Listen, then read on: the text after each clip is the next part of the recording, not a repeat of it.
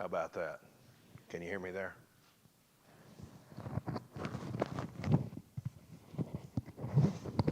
Is that better? Okay. Good morning. Job. I will tell you one thing. The first thing that came to my mind as I began to study this is that if you are ever praying and you think of me during your prayers, pray that God never does to me and my family what he did to Job and his family. I mean, because, wow, right? And so I didn't get very far last week. I'm not sure how far I'll get this week. There's just so much stuff. There's a lot to unpack here in the book of Job. Let's just start here by reading. I'll just read these first few verses in Job. Job chapter 1. My class has the benefit of having heard some of these answers from last week, and I'm not sure how far David got last week, so hopefully I won't repeat too much stuff. Job 1, chapter 1, verse 1 says, there was a man in the land of Uz whose name was Job. Where's Uz? Anybody know where that is?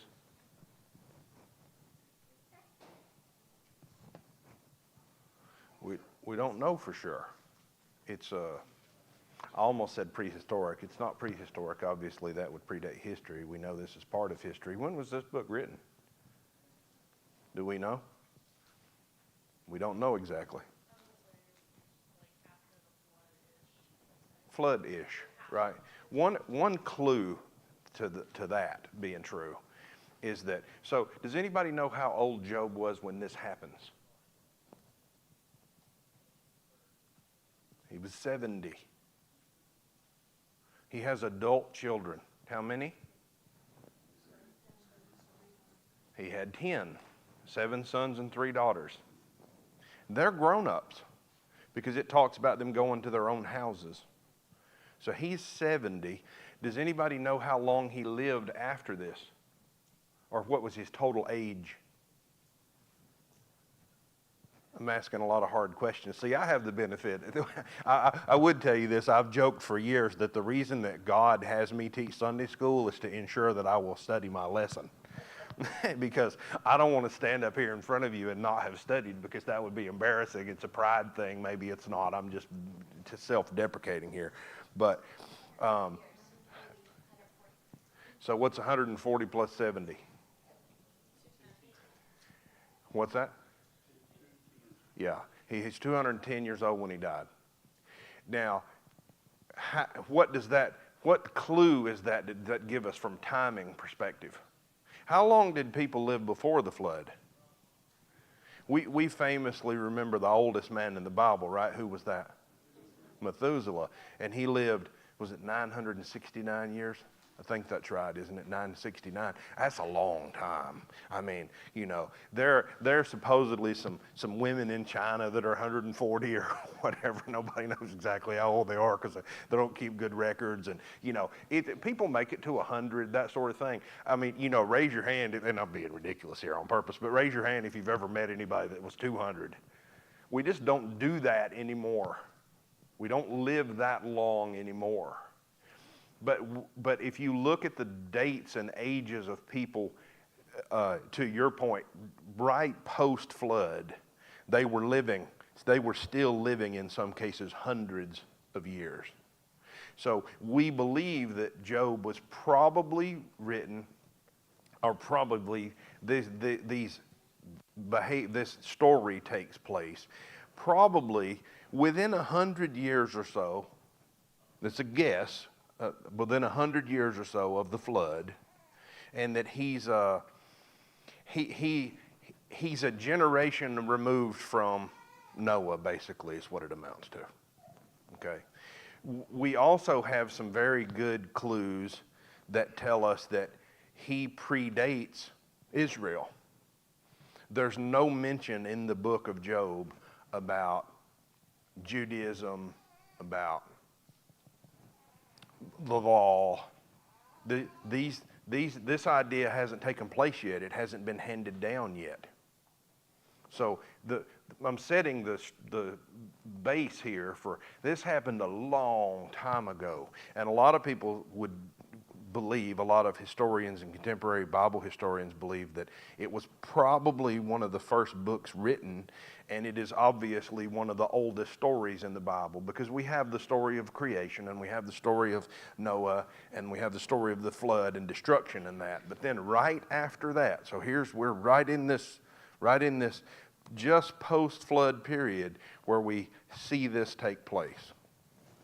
What is this? And that man was perfect. Wouldn't you love to be described this way? Perfect, upright, feared God, eschewed evil. What does eschewed mean? What's that? I use ChatGPT. I actually love it. It's pretty amazing. It's fascinating to get into it and ask it really hard questions sometimes, because it'll even obfuscate. And then raise your hand if you've used ChatGPT. It'll even wiggle out sometimes by reminding you that I'm just a computer. It'll make excuses for itself. I can't think. It'll tell you things like that. And it can't. It's just a big old search engine is what it is. But so, interestingly, I asked ChatGPT to describe eschew, and it said, imagine that you're walking down a pathway and a snake crosses that pathway and you choose to go a different way. You're not going that way anymore because there's a snake down there. Well, Job is described as someone who, when he sees evil present, he goes a different way. He doesn't want to be near it. He doesn't want to, we've all heard the old saying, if you lay down with dogs, you'll wake up with fleas, or if you lay down with hogs, you'll wake up with mud on you. If you get if you get around evil, you might get a little evil on you. Well, Job is one of these people that he's not participating. If it's happening, he's going somewhere else. Born unto him 7 sons and 3 daughters, and his substance was 7,000 sheep and 3,000 camels and 500 yoke of oxen and 500 she-asses, and a very, very great household. I remind my class that these are agrarian economies. That means that these economies and the way that these people live is based on agriculture. And so it would be very difficult if I was trying to ascertain what your net worth was, and I said, what is your net worth? Don't answer. If you did answer though, you probably wouldn't tell me how many sheep you owned. You probably wouldn't tell me how many goats you had or how many camels you owned. Or we might talk about, you might even talk about some obscure, well, I have a Bitcoin wallet, or I have I own this much property, but what you'd probably say is a dollar amount. Well, think about it. If there's no Dollar General and there's no Walmart and there's no Amazon delivery, if you had a pile of gold, what would you even spend it on? What would you'd probably just want to buy something to eat, right? These economies are based on agriculture. So we read these numbers, right? All right. What does that mean? What's 7,000 sheep worth? By the way, what is the point of this being recorded? Why is this put in there? What does it matter? What do you think? What's that? He sure was. He wasn't just some guy. There is no randomness here. By the way, we haven't gotten there yet, but I know y'all are churched people. Y'all have heard this before. You're not going to learn anything from me this morning that you didn't already know. Job, this was God's idea. Remember, we're going to get there in a minute where that conversation, that strange, one of the strangest conversations that take place in all of the Bible, whence comest thou? Have you thought about that guy? Basically how the conversation goes. So once again, I asked ChatGPT to tell me how much this is worth. He's not bothering me.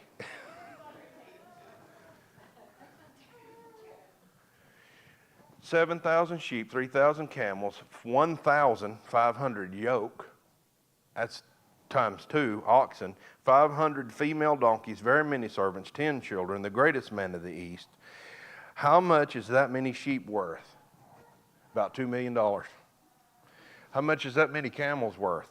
About $15 million. How much is that many oxen worth? About $5 million. How much is that many donkeys worth? About $1 million. It's about $20 million worth of livestock. I ask it, how much property would it take to sustain that much livestock? 300 to 500 square miles in that arid region. Could you imagine? And then how many servants would it take to take care of that many people? And et cetera, and et cetera, and et cetera, and quantify this wealth. And I want you guys to understand that what we're talking about is somebody who the minimum number that it came up with for him was $100 million. And it said probably more like $1 billion. And so I'm telling you that to bring it into contemporary thought, we're talking about Elon Musk here. We're talking about somebody who everybody knows this guy. It says that he is, so that this man was the greatest of all the men of the East. This is not some random person. This is a very wealthy, very blessed, very godly, very famous person. Everybody knows him or has heard of him. I mean, he owns 500 square miles of property that he puts his flocks on. How many hundreds of people work for this guy? How many families are supported by his enterprises that go into this? And it does, and then he's got 10 kids. And it goes on and on and on and on. And his son went and feasted in their houses every one his day, and sent and called for the 3 sisters to eat and drink with them. And it was so, when the days of their feasting were gone about, that Job sent and sanctified them, and rose up early in the morning, and offered burnt offerings according to the number of them all. For Job said, it may be that my sons have sinned and cursed gods in their heart. Thus did Job continually. He's not just a rich guy. He's not just an entrepreneur. He's not just an incredibly successful, famous, wealthy entrepreneur. He is where are the Levitical priests? They're not. They haven't been made yet. That system hasn't been set up yet. He's the priest for his family. And he says, boy, I know those boys are ruffians, and I'm speaking out of sorts here. I know this is extra biblical, but he's thinking, I know how rough those boys can be, and I know how mean they are sometimes, and I know they might think things or do things that they don't really mean, so let's keep our hearts right with God. And so it talks about how the fact that he's making sacrifices continually for himself and for his family.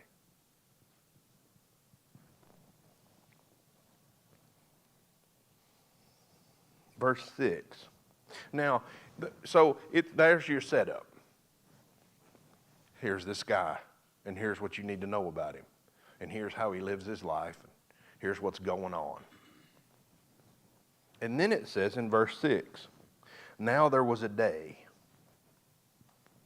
So Job's down on earth just doing his thing, being successful, 70 years old, 10 children, hundreds of millions, if not billions of dollars in property, real estate, livestock, household, this empire this financial empire that he's built for himself. There was a day when the sons of God came to present themselves before the Lord. Who are these sons of God? It almost has to be.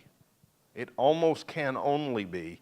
And generally when they're referred to in this way, in this context in the Bible, it almost always refers to created beings. Angels. and Satan came also among them. Now, by the way, if that is not weird to you, I just imagine that in my mind. So is this on earth or this is in heaven, right? Where's the Lord? Who, by the way, in your Bible, is it not capitalized, capital L, capital O, capital R, capital D? Does it not say it that way? It is. It says capital A. Who is that? That can only be Jesus. This would be, and I almost called it a theophany. That's one of those $9 words that we talk about in my class over there sometimes in Sunday school. Everybody knows what a theophany is, right? That's a physical appearing of Jesus on earth before he's born of Mary and lived his life. And he can show up and has the ability to do that. He is God, remember.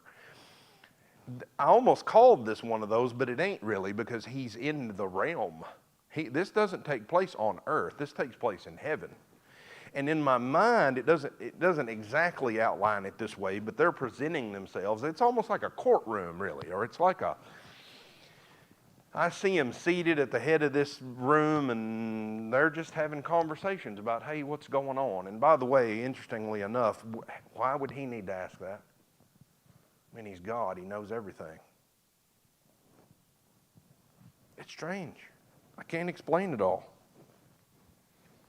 And the Lord said unto Satan, Whence comest thou? Then Satan answered the Lord and said, From going to and fro in the earth and from walking up and down in it.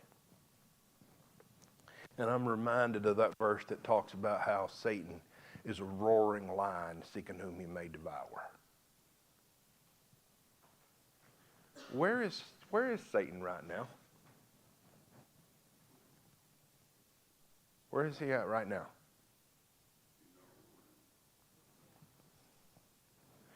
Where is he not? He ain't in heaven. He ain't in hell. He's not in hell. He's not here. Raise your hand if you're possessed by Satan. I mean, that's a funny joke, right? It's not. He ain't here. It's very, you ever hear the old saying, the devil made me do it? You do realize that there's a very low chance. I mean, we're talking less than single-digit percentages that you've actually ever met the devil. Why is that? There ain't but one of him. You got that right. Who does he want to be? He wants to be God. Who is he not? He is not God. He is not omnipotent. He is not omnipresent. He is not some soothsayer. By the way, he cannot even know your thoughts. Did you know that?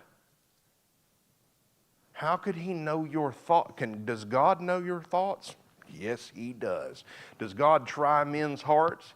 Yes, he does. Look through the 66 verses of the Bible, study everything that you can know about Satan and demonic influence and all of that, and you will never hear anywhere ever that they are given power to know your heart, to try your thoughts, to know those things. They don't know those things. Now, if you speak those things or you invite that type of activity, it can come. The devil is not omnipresent. The devil is not omnipotent. He is not all-knowing. He cannot be everywhere. If he is somewhere, then by definition and constrained by laws of physics, he is not somewhere else. I am at Double Springs Baptist Church this morning. I am not at my house.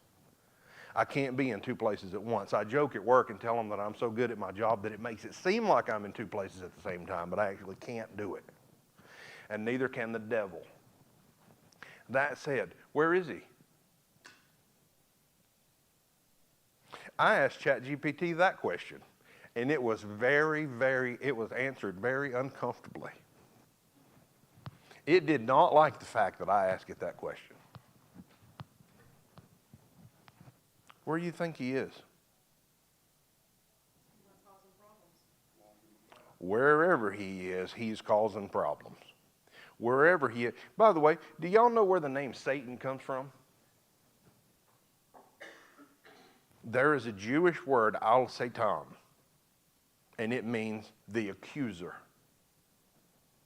the adversary. That's what that means. You could describe someone, you could describe your arch enemy as an al Satan.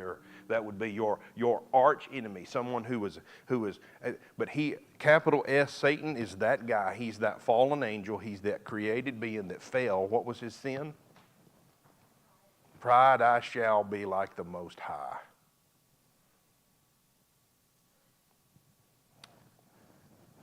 I don't know where he is. Some Russian oligarch's house having dinner, or over in the Ukraine, or in Gaza, or New York City. Where? Right. All these terrible places, right? I'm sure he loves Las Vegas, and I'm sure he loves places like that. And I was going to say also maybe in the high places, he loves the power, he wants to influence. he does, right. Right. In some high governmental office, somewhere where he can cause the most trouble, where he can have the most demonic, anti-God influence, right? But here in this story, he's in the courts of heaven, having a conversation with the Lord. And verse 8, and the Lord said unto Satan, hast thou considered my servant Job, that there is none like him in the earth, a perfect and upright man, one that feareth God and escheweth evil? It was the Lord's idea. Have you thought about that guy? Because, by the way, he knows that the devil knows him. Because the devil's interested in, like you said, in these powerful men. He's interested. He wants to be able to influence him. He would like nothing better than to see a guy like Job shake his fist at God and curse him. Because he knows that that's going to damage and destroy his testimony, and he knows that that's going to have a negative impact on the way that people view Job and his family and his God. And so he's thinking, yeah, this is a great idea. Why hadn't I thought of that?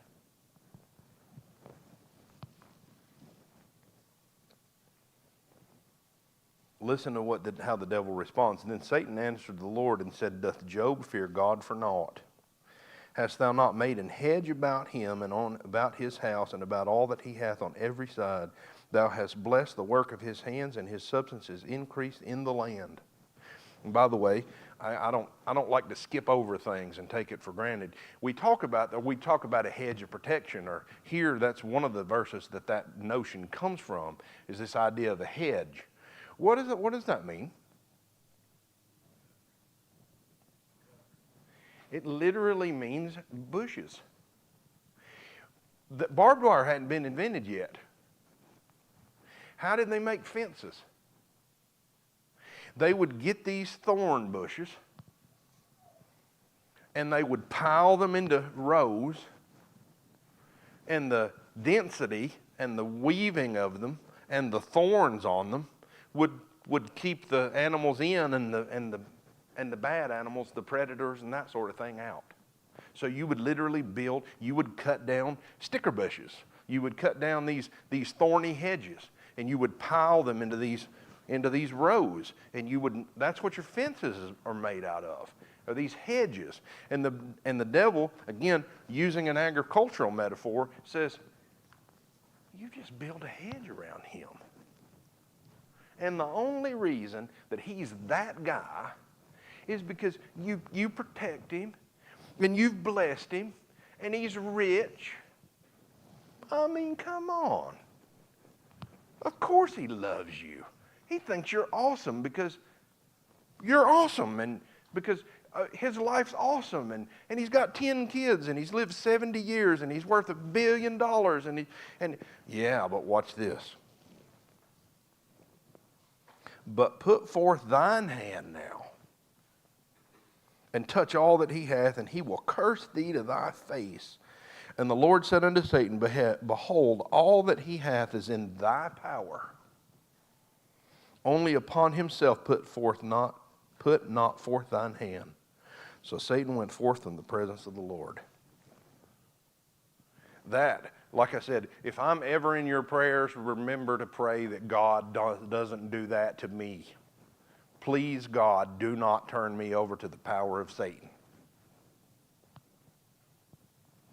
Scary. He says, do it, but don't touch him. Interestingly enough, we find out later as we read along that we know that his children are killed, right? And we know that his fortune is sacked. The Sabians come, the Chaldeans come. All this material wealth that he has is gone now. And his children are dead. But we know that his wife is spared. Why? It's never explicitly said. Why do you think? What's that? We know that's coming. But right.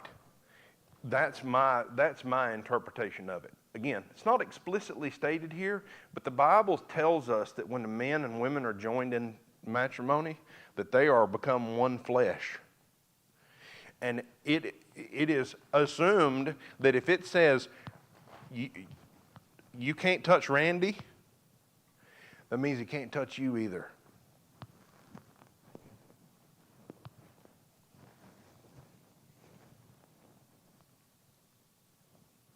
So Satan went forth in the presence of the Lord. 13, and there was a day. We've got some timelines. Was it the same day? Did he? In my mind, I see Satan all excited, and he's just going to get to it. It may have happened instantly. It may have happened 2 weeks later. It doesn't say. It doesn't really matter. But it says, and there was a day when his sons and his daughters were eating and drinking wine in their eldest brother's house. And there came a messenger unto Job and said, the oxen were plowing and the asses feeding beside them, and the Sabians fell upon them and took them away.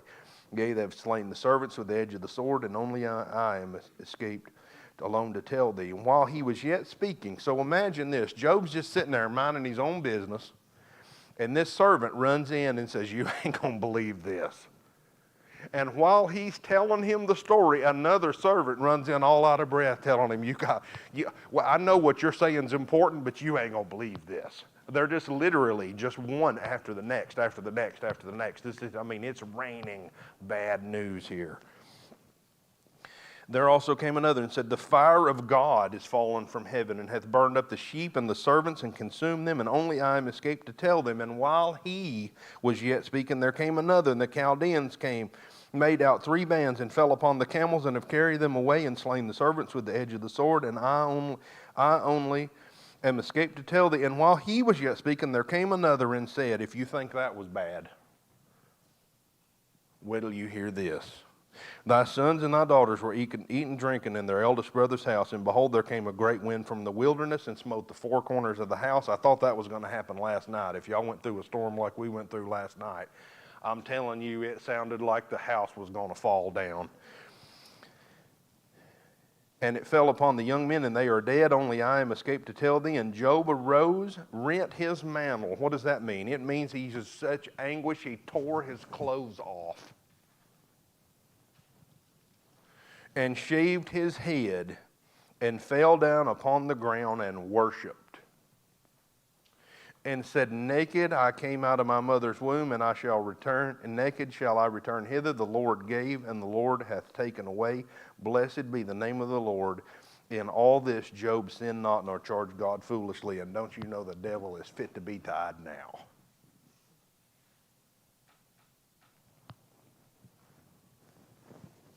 That's about as far as I made it last week with my class.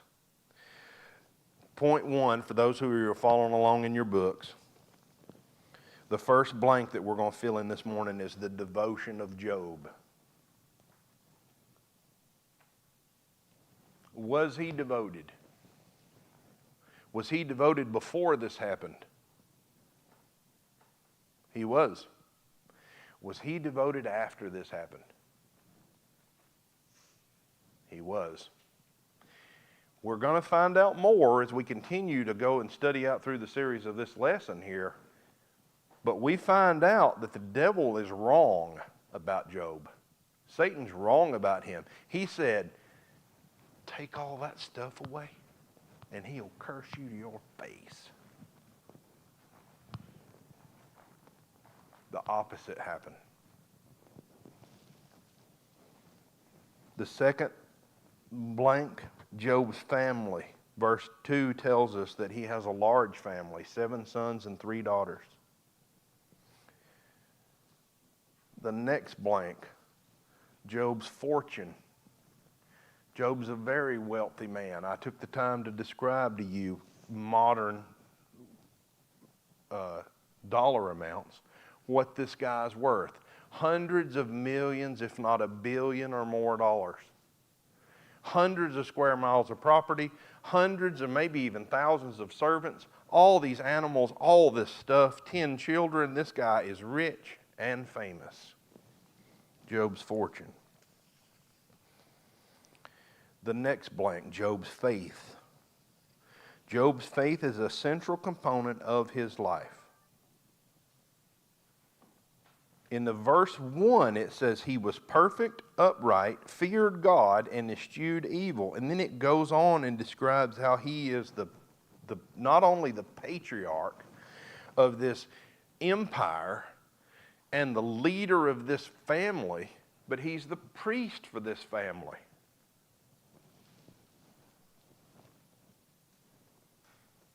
He put the Lord before his family.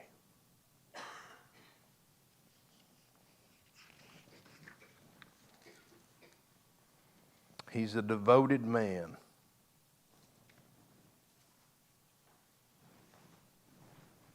And we find ourselves sometimes. Have you ever wondered, and I'll tell on myself here, so, I'll find myself asking these questions about why do bad things happen to good people?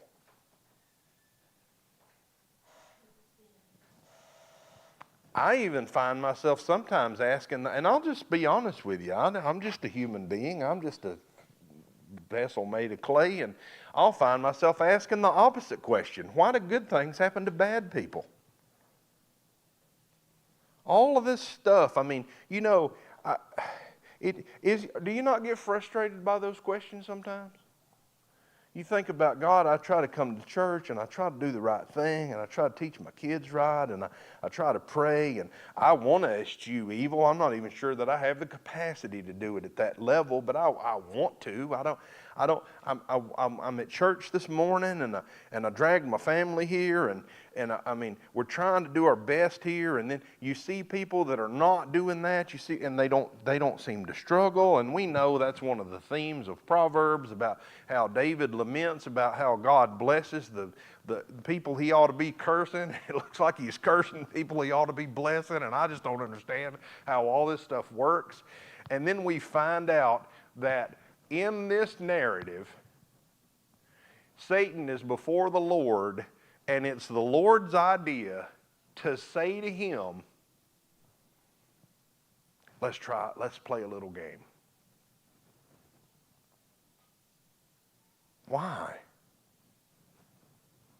Why? Does God test our faith? Does the Bible not teach us that? Does it not talk about how the fining pot is for silver and the furnace is for gold, and how he wants us to be more pure and more like him? Isn't that what Christian mean? Doesn't that mean Christ-like? And how are we even supposed to ever attain that? How are we supposed to get to that level? I'm asking this legitimate question. Help me figure this out. Why did this happen to Job? What did he do to deserve this? Nothing. He's doing more than minding his own business. He's living his life in a way that the Lord can describe him as perfect and upright. Why did this happen to him? Did it happen so that we could have this conversation this morning? Did it happen to Job so that we could have it recorded in the Bible, so that we could look at something like that. We could look at the faith of a man like him, and we could say, Lord, if Job can do it, maybe I can do it too. Help me to be a little bit more like Job. Help me to whine a little less and be thankful a little more.